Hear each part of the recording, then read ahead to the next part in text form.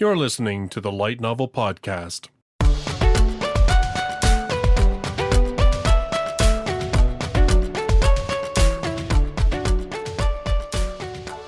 Visit us online at lightnovelpodcast.com. Hello, everybody, and welcome to another episode of the Light Novel Podcast. In this episode, we're going to be managing to actually keep up with a show. We have these grand schemes. We're like, hey, every season we should do a show about the light novel based anime that's coming out. We've did it once, like 2 years ago, did it once for spring, and hey, we're actually keeping to it this time because we're doing one for summer. Thank you, Mirage, for keeping us on track because we damn near You're forgot. welcome. So this time, we're going to be talking about the anime coming out this summer season that is based on light novels. With me today to discuss all those, I have Full Metal. Hi. I have Jean-Luc. Good afternoon. It's summertime. I have Mirage. Good evening. It's evening for Mirage, all these great time zones. And Terrence. Yellow. All right, so I think first we'll probably start with the two that are returning. So first up, we've got That Time I Got Reincarnated as a Slime, second season, part 2. I have to reread the slime novels. I have forgotten what volume was probably be at, like 6 or something. Yeah, I was wondering about that because this is now like the fourth core, and then there was also the OVAs. I think covered at least 1 or 2 books. Did they? Or I don't even know. I think they were just like side story stuff. Oh, okay, all right, okay. Well, I mean, So I have no idea where they are in that now. Yeah. Let's see. Should be about volume 6 or so. Okay. Oh, okay. So they are probably about that. Okay. So they're doing basically like 1 or 2 books a core? Is that kind of? I mean, I'm not sure. core of season 2, I think, cover the second half of 4, whatever was left for 4, and then just did 5. Okay. So book 6, it would make sense. Maybe a bit more. Does it get any better with the novel later on? Because so far I'm kind of losing interest since like everything seems so easy for everyone. It's been about 2 years since I ever touched a slime volumes. Last one I read was 7. I only ever read the first one. I think the later volumes, 7, 8 or so, were a bit slow because they were more or less organizing a festival and not talking much about the rest because it would be spoilers. But my God, they spent 2 volumes just on one festival. There were a few side projects. A lot of it is kingdom. A lot of it is just, organizing a whole village. Not everyone's going to cooperate easily. Right. All right. Okay. Well, next up we've got My Next Life as a Villainess. All Routes Lead to Doom. Season number 2. The Return of Ocarina. Maybe the anime could finally cover the rest of the first game. Yeah, I'm curious how this first story will play to that audience, because we've talked about it, Volume 3, how it feels like a repeat of Volume 2. Right. Do you think they'll just skip it and go right to the? It doesn't look like they skip it. I think Free introduces like one of the members of the quote unquote harem, the big harem our main character gets. So that would just be completely awkward to skip it. Yeah, it introduces two characters that are in the harem. Oh. Actually, I thought 4 was like a repeat of Volume 2 for some reason. No, I think I heard that. Like it was 3 and 4. 3 and 4 were kind of a bit of a they just rehash. They finish up the rest of the time of the academy. Yeah, and then I can't say anything past I can't say anything past 6 because that's like something else and completely different and really not relevant. Yeah, well, that's what I mean. It was like book 5, I think somebody said it started having plot again. I don't know. Anyway. 5 I think was just mostly side stories from the first 4 volumes. That's right. You're right. It is 6 where it sort of kicks off the next stage. Mm-hmm. So do we think like basically this is probably just going to hash together somehow 3, 4, and 5? Because it doesn't really. So. Probably. Yeah. Considering that 5 just takes place all over the place between events of the first 4, yeah. Yeah, that would make sense. Yeah, well, that's probably what they'll do. So, because I mean, they only covered books 1 and 2 in the first one, so it would make sense to try and do 3 in the next, and then they can cut out some of the extra stuff that just feels rehashy. Yeah. Yeah. So Which, then, I don't mind. so then I'm gonna mention this one. It's technically a manga. So technically it doesn't belong, but it's Mahouka. Yes, Mahouka Koukou no Yuutousei. Yes, the honor student at Magic High School. So basically retelling the irregular at Magic High School, but telling it from Miyuki's point of view. It's so again, it is a manga. Miyuki is the annoying sister. Yes. I think the manga finished. Yeah. Yeah, I think it only covered like the first arc or something, if I recall. I don't know. The first 2, I think. Yeah. It seems like it's. But I saw like one of the volume covers have like this one girl from like the Visitor arc, so I'm going, guess it's all over the place. Well, I think because what they did was so the irregular at Magic High School has a manga adaptation, and they basically just seem to adapt arc by arc, I think, and then this one is basically just telling the first arc or whatever from Miyuki's point of view. So, but we do have it in English. It is released in English by Yen Press. So, I mean, if it's something you want to check out, but I just thought I'd mention it because, of course, the Irregular is a light novel. Huge. So, it's popular. It's a popular series, absolutely. This is what the fans get for the 10-year anniversary for Mahouka. Like, I don't quite understand that they did like a second season, but then I'm like, why wouldn't you just do a third season instead of doing... They're doing a movie for the one arc they missed during right before the Visitor arc. Oh, is that what they're doing? They're planning to do that. Oh. Yeah, they're planning to do that arc. The arc right before then. So they're bouncing all over. Yeah, and it seems like the anime for Honor Student is a different studio. Oh, is it? Yeah. Oh. Yeah. It's not going to be 8-Bit who's been doing it since the Mahouka. It's the one that did Strike the Blood.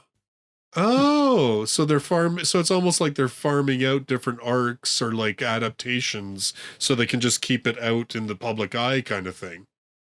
To be fair, that's what they do with this. To be fair, that's what they do with the Strike the Blood thing. They try to keep it going by just doing OVAs of everything. Well, it works. Which isn't too bad because they actually later just made one of the OVA series like canon and put in like a volume of Strike the Blood. Yeah, I remember that. That was really bizarre, but what the hell, right? It just felt kind of amusing because they made it canon. All right, so then that's pretty much it for everything that's returning. And of course, like sort of the little spin-off manga thing. Next one, it'll be I'm very curious to see how people will react to this one. How a Realist Hero Rebuilt the Kingdom is the anime. Yay! Okay, well, I know how you guys are going to react. Let's just say the moment I first heard about this being adapted, I'm going, wow, that's interesting. Yeah. And then I heard, it's because of us Western fans that it's happening. Huh. Well, this seems to be the thing, right? It's like, it was really bizarre to me. So, okay, first of all, I didn't put down the official thing. But essentially what it is that the main character Soma is, of course, summoned to this kingdom as a hero. And essentially the kingdom says, look, we're in this war with this demon empire kind of thing. And the one big powerful kingdom that's holding them at bay has demanded that either we pay big money to help support the war effort, or we use this super ancient secret magic shit to summon a hero to help with the war effort.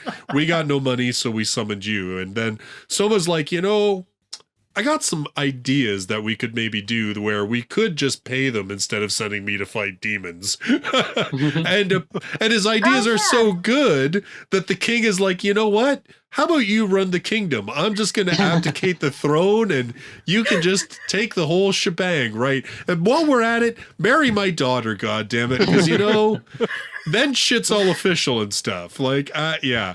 I'm very interested to see how people react to that part of it.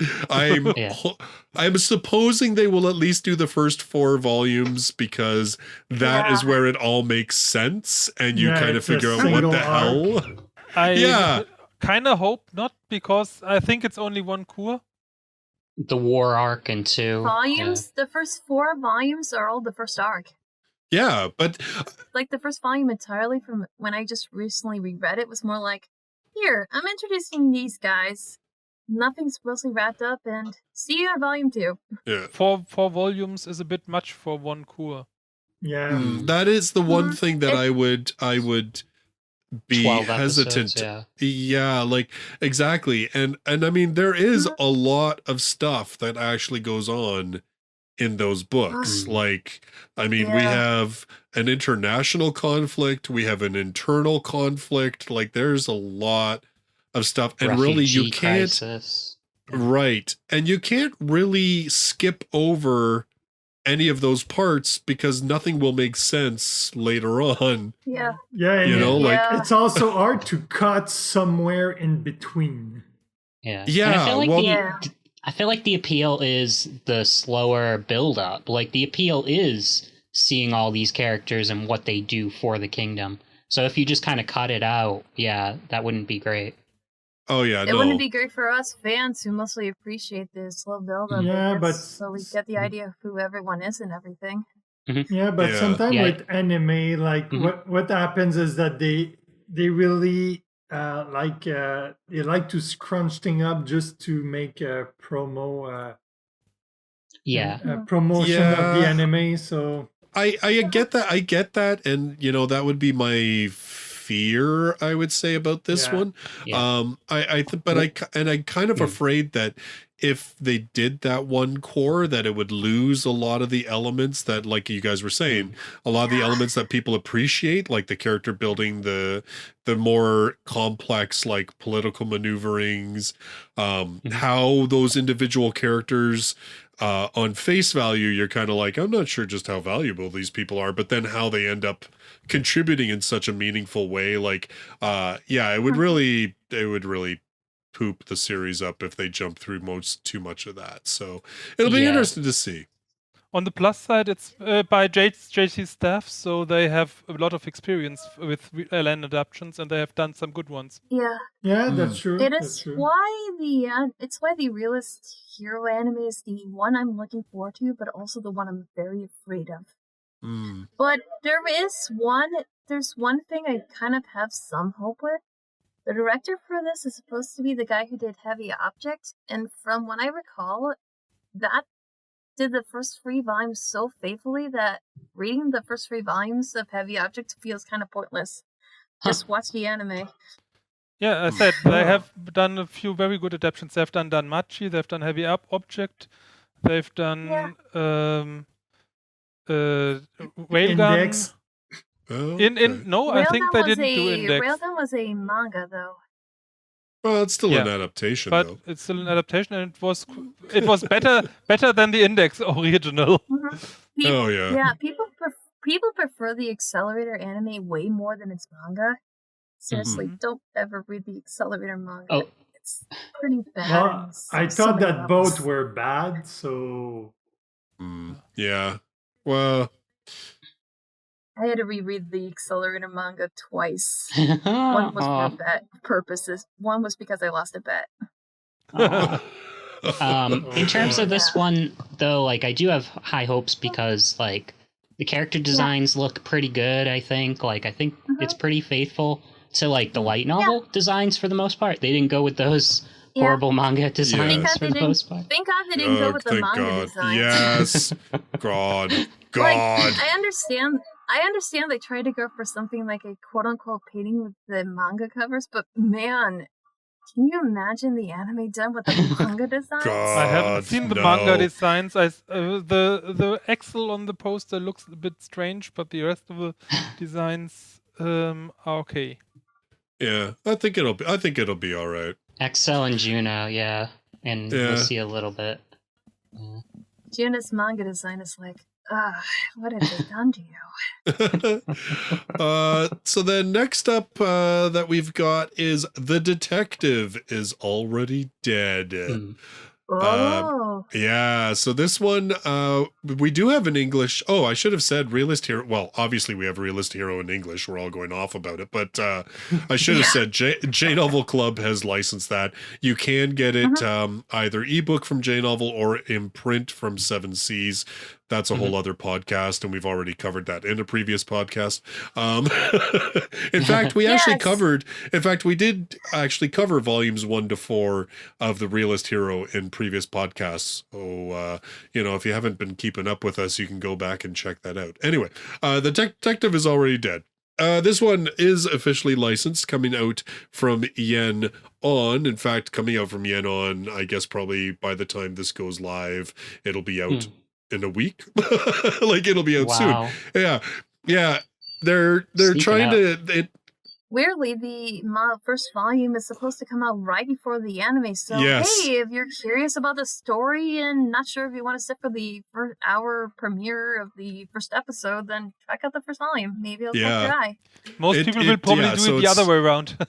Yeah, they usually do. But yeah, this one, they're dropping the book at like June 29th. And so and then 4 or 5 days later, the anime drops. Yep. So yeah, it's, they're kind of celebrate 4th of July. They're running to the start line with this one. Now this one sounds I got such high hopes about this one, and I am so afraid that I'm going to be so utterly crushed. That is going to disappoint me. But basically, this one is about this high school student who is on a plane that gets hijacked, and then through a odd circumstance becomes sort of like the apprentice or assistant to this female detective, and they basically go on this whirlwind crazy around the world, fighting crimes, solving crimes, and all this kind of stuff. And then she dies, and a couple years later, he's kind of like, well, life is what it is. And then all of a sudden he's approached by a girl who seems very much like the detective. And he's kind of like, what the hell? It's like he's getting sucked back into it all of a sudden. So it's kind of interesting. Like, I don't know how this works or how it's structured. People have hinted little things to me that make it sound like it's a little bit more convoluted than what it sounds, but a lot of people seem to think it's pretty decent, and I have to say the PV for the anime looked pretty hype. Just to manage the expectations, the studio that does this one, Studio Engi, they only have 3 titles out through their name, and one of those is Full Dive, and I don't know that's running at the moment in this season, and it's abysmal. Full Dive? Full Dive. Which one's that? Is that one with this game is shittier than real life? Yes. Yeah, that one. Exactly. Now, okay, but is that one but that's one, from what it sounds like to me, that one's abysmal because of the source material, not because of the animation. The other 2 titles they have is Usagi-chan Wants to Hang Out. That's a low budget. And Kemonomichi, that's one I don't know anything about. They're doing Spider. Oh yeah, they're doing Spider. They're one of the 2. Oh yeah, they're one of the 2 studios who did Spider. No, they're listed as work assistants on Spider. Okay, so they're doing probably some in-betweens and stuff there.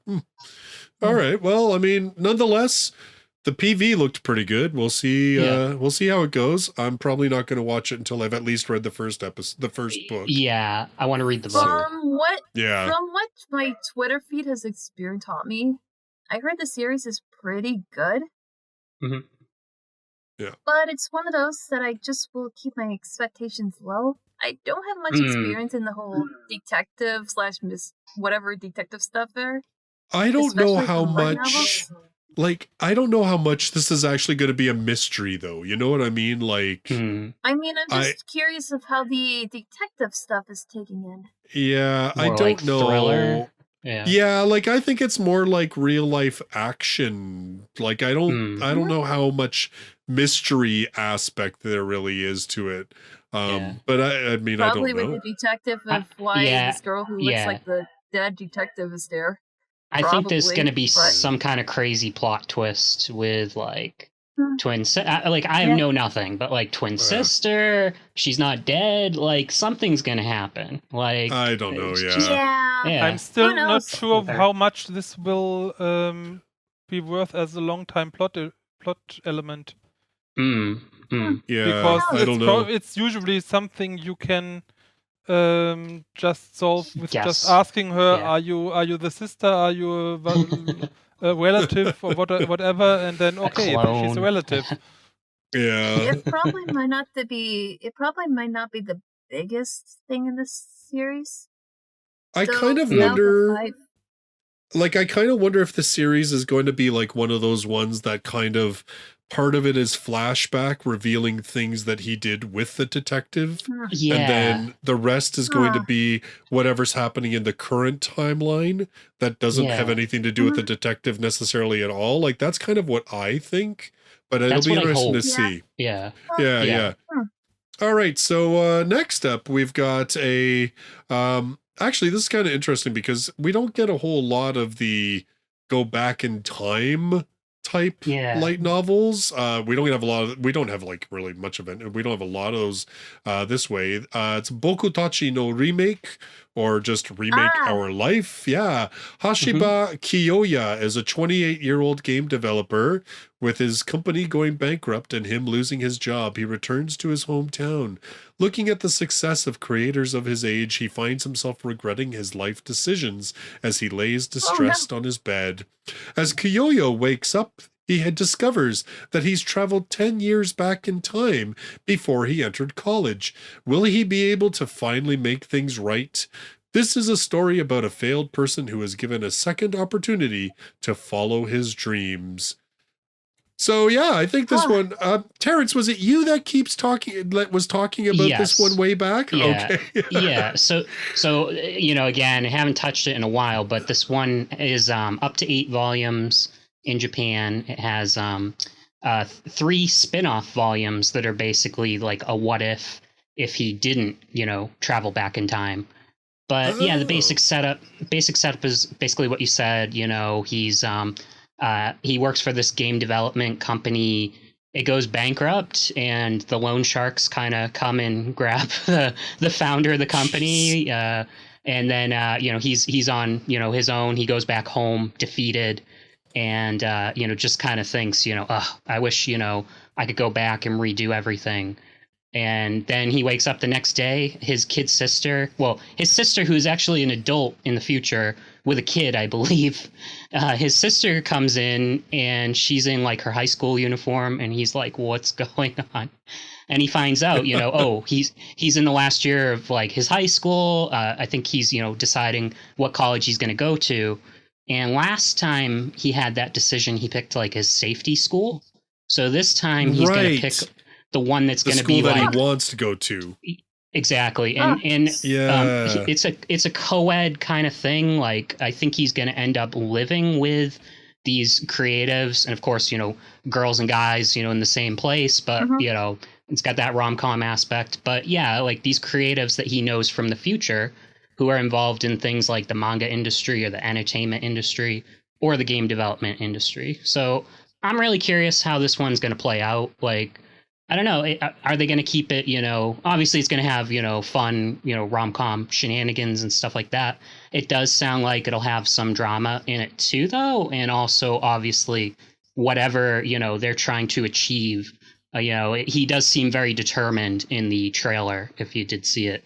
So, I don't know. I'm interested to see if it'll keep, people's attention. We don't have many college series, Yeah. Well, and it's also like that slice of life, like, but it's like that idea, like we see this usually more fantasy type thing, right? Where they go back and they need to fix things. But this is kind of like interesting. A weird real life. It just reminded me of like a strange version of real life. Yeah, I was going to say the same. Yeah, it's kind of that idea, right? Where it's like he's getting that opportunity to...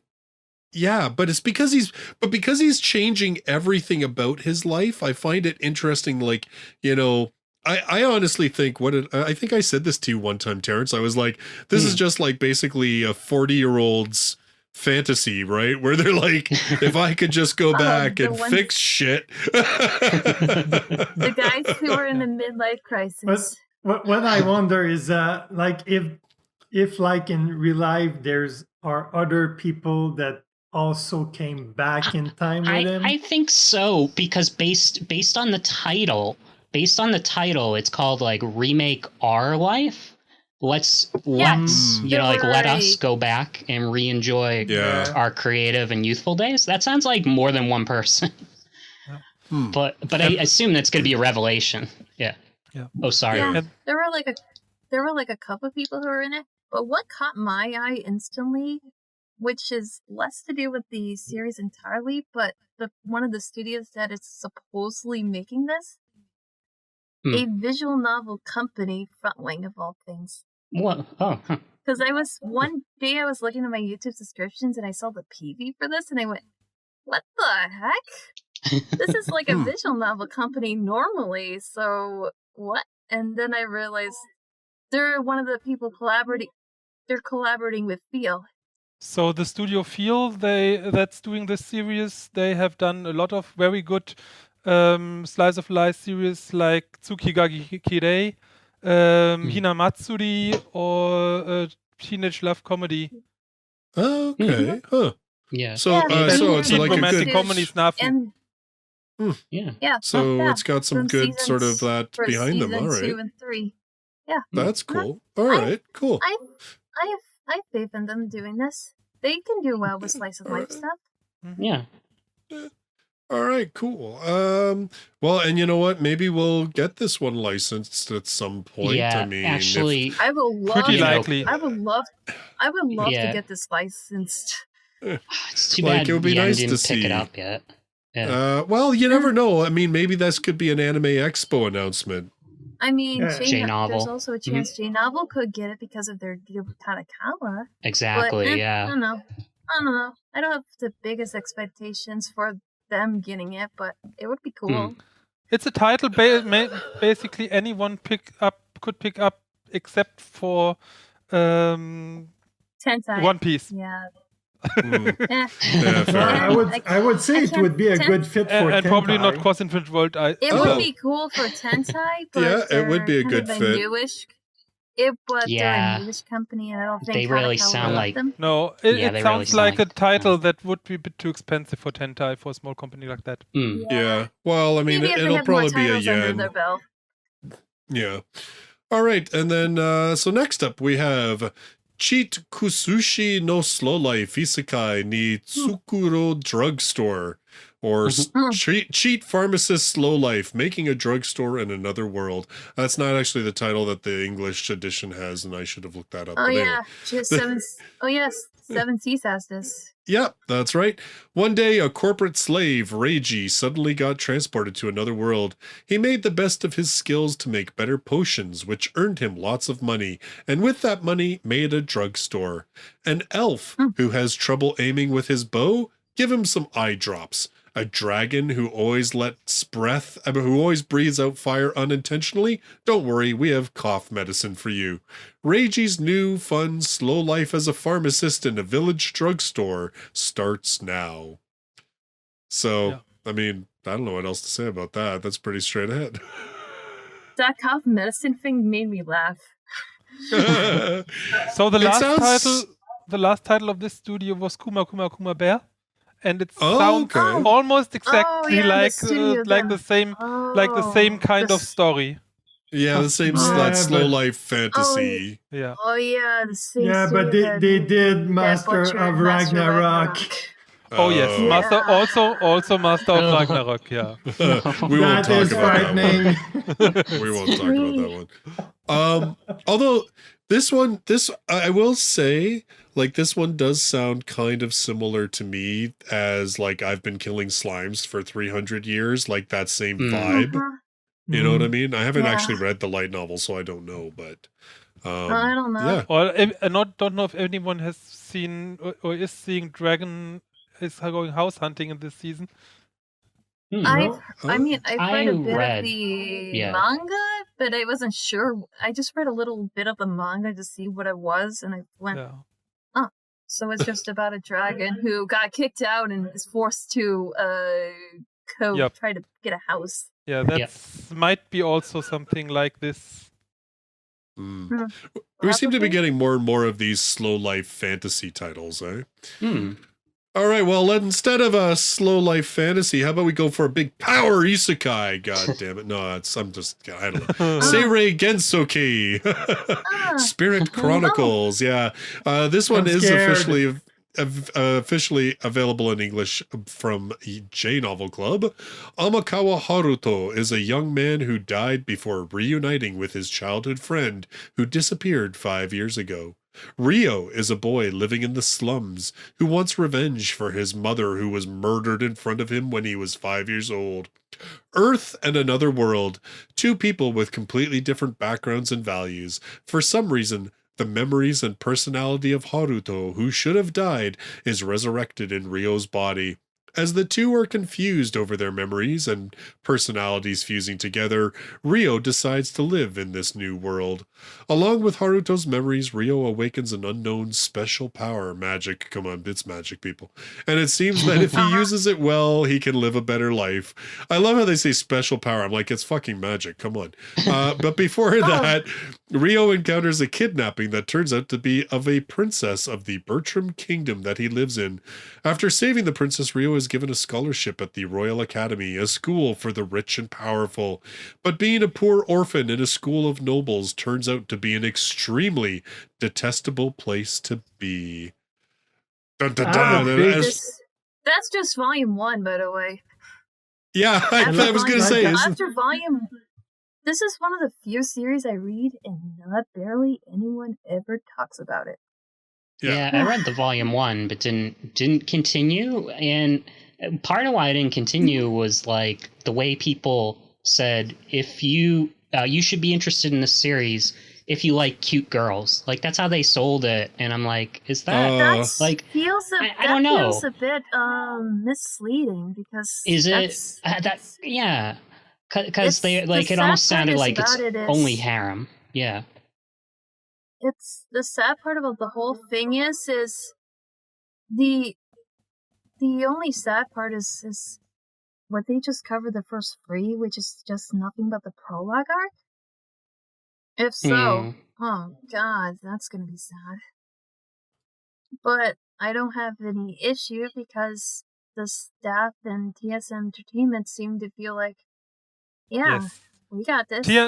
TMS has a lot of high budget titles on the list. They did the last few Conan movies. They did Megalobox and Dr. Stone. Yeah. Oh wow. So that's some really high profile titles. I think they'll do good, but I have one complaint. Okay. What's that?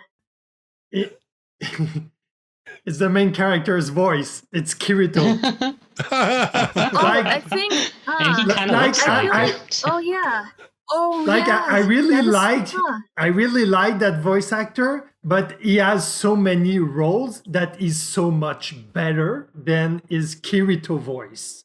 And in that one, it's Haruto's voice is the same as Kirito's. So it's kind of I don't Black recognize Swordsman all over again.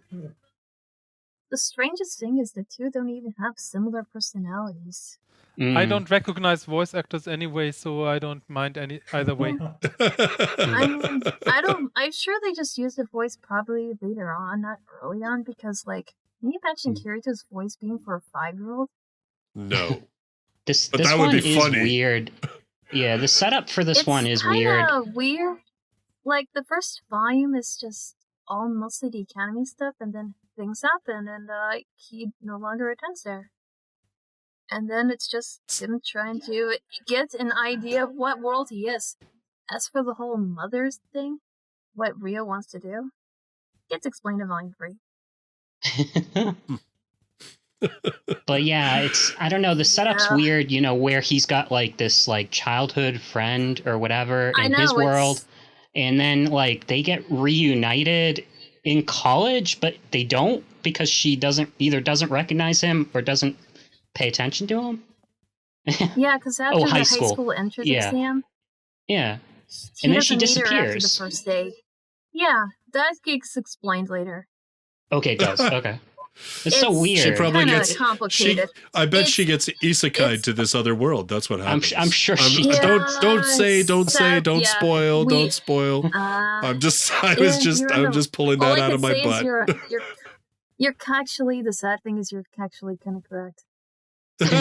See, I mean, I've read a couple light novels. I know how this shit goes down. But those circumstances are going to be a lot more different than what you think, and that's all I'll say. Because I doubt the anime is going to explore anything like that after the prologue. Like, if they just do the prologue, I could see it, but it would be just sad if they just did that. The teacher is like the one who ends up being like the closest to him, it felt like, in volume 1 too, but I don't think she's the isekai girl. Just one. Yeah. Just one, because 2 he just ends up with something I think else. she's forgotten later on. It's one of those series that it's kind of hard to spoil anything, because all the things early on you're going, what is this? And I'm just going, oh, it's explained, but I don't want to say anything. It's the hard thing. The first arc is always hard to sell on this, because you gotta go for the first volume or so, and it feels like the most generic thing out there. I swear it's not that bad. It's not like the rest of it isn't completely like volume 1. Okay, so all right, so there you go. There's the takeaway. If volume 1 seems very generic to you, at least give it one more volume, because it gets a little bit less generic as it goes. Yeah, that's the best way I could put it. All right, so now the last series that's coming out is Tsukimichi, Moonlit Fantasy. The fantasy centers around Makoto Misumi, an ordinary high school boy summoned to an alternate world as a brave warrior. Unfortunately, the goddess of the world said with disdain, "Your face is ugly," stripped him of his title, and banished him to the outermost fringes of the wilderness. Can you imagine? I don't like your look. Get out of here. While wandering the wilderness, Makoto encountered dragons, spiders, orcs, dwarves, and all sorts of other non-human species. Due to differences in the environment from his home world, Makoto now exhibits extraordinary powers in magic and combat. No kidding. Thus, he survives in this world while dealing with various encounters. The curtain rises on the alternate world social reform fantasy of a boy forsaken by gods and humans. That, like, last line just does not... This just feels like this is probably the power fantasy isekai of the season. Yes. This is definitely the power fantasy isekai of the season. A lot of this is just like a lot of the premise is just, other than the god is just insulting him. And I'm going, okay, it's just him killing things. So he just has a chill-like ability anyway. To make it worse, according to the summary I've read, he got brought to that other world in the first place because his parents, who came from that world originally, they sold him off in exchange for being brought to this world. So, So yeah. let us go to this other world and we'll give you our firstborn son or something like this. Oh, that's so dirty. Oh my god. I know. Yeah. Oh, Yeah. that's awful. And that's why the goddess is just like, you're ugly, I don't want you, because the goddess is like expecting some like hot or like some great thing in exchange, and she's like, they sent me the ugly one. Get out of here. Oh my god. Wow. Like, it's only going to be good if he ends up fighting the gods. Oh, I'm sure he will. Yeah. That sounds cool, but I'm not sure if that's ever going to happen, though. The only ability he has, according to that other summary, is to talk with non-human creatures. Yeah. Okay. And really? you see that in the trailer. You know, so it's like a dragon woman and a spider woman. Yeah. So he. It's Monster Tamer. Oh god, yeah. I was gonna say it's freaking monster. Yeah. Oh my god. Come on. He defeats the monsters, and then they join his side, and of course they're beautiful women. Because from the trailer, he's fighting a spider, and then the girl with the dark hair has a spider motif on her shoulder. Oh god. Okay. Suddenly my interest in this certainly just took a major nosedive. I just can't imagine 2 series of this kind being good. Oh no. Nope, hard nope. It does look just more fun though. Action, yeah. Regarding the studio is Challenge to Challenge, and they've got a pretty mixed things. They did Wandering Witch.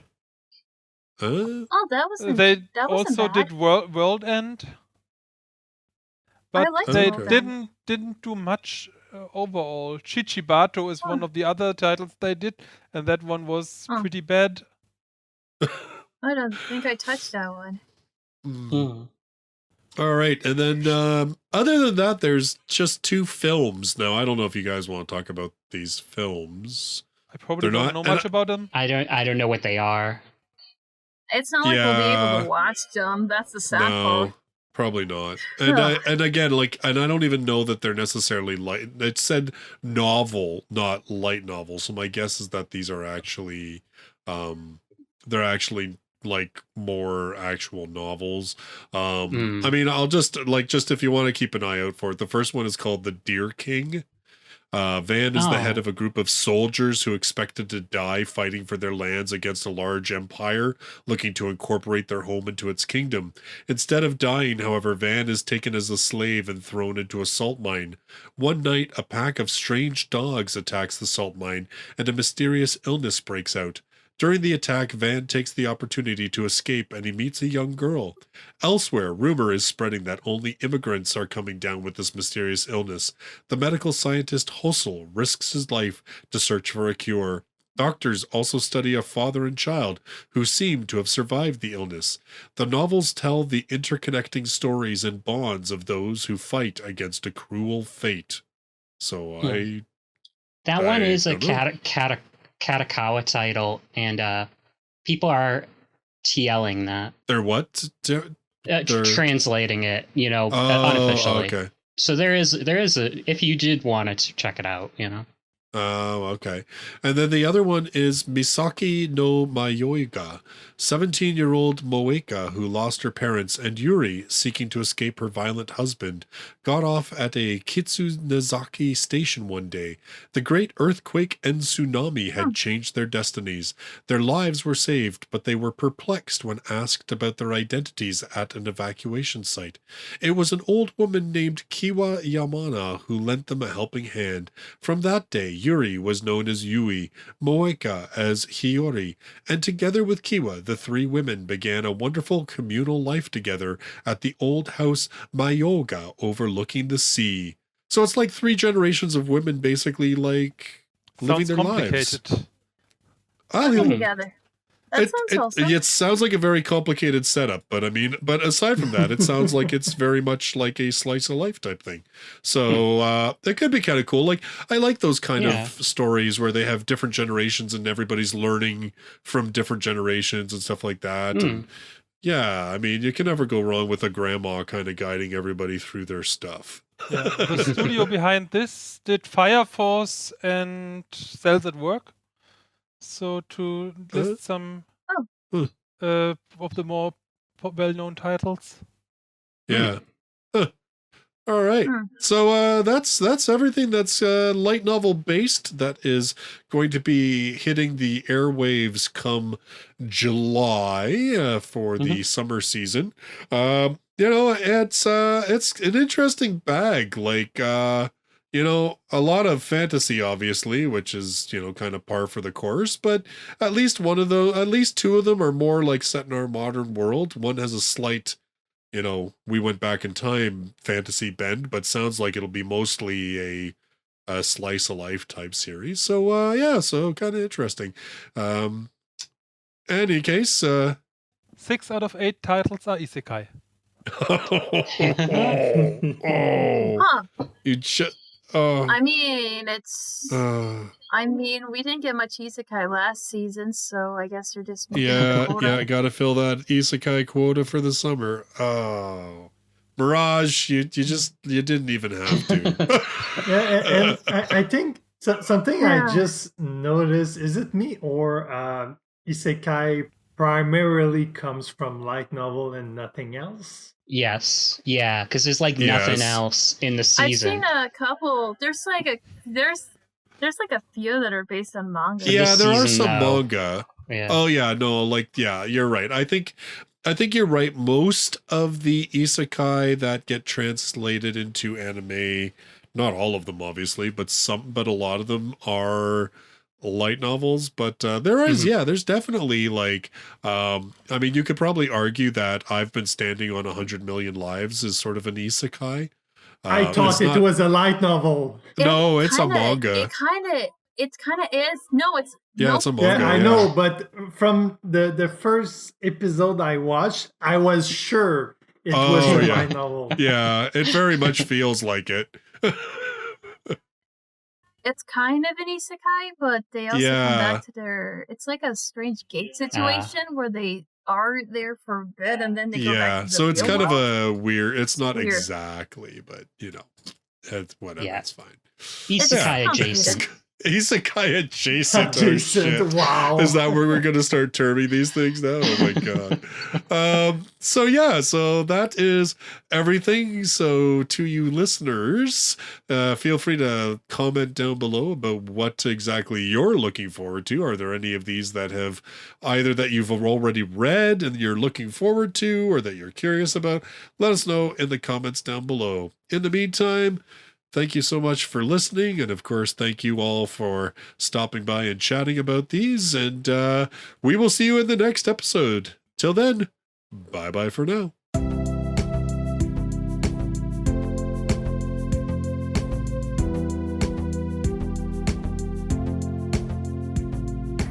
For show notes and related links, visit lightnovelpodcast.com.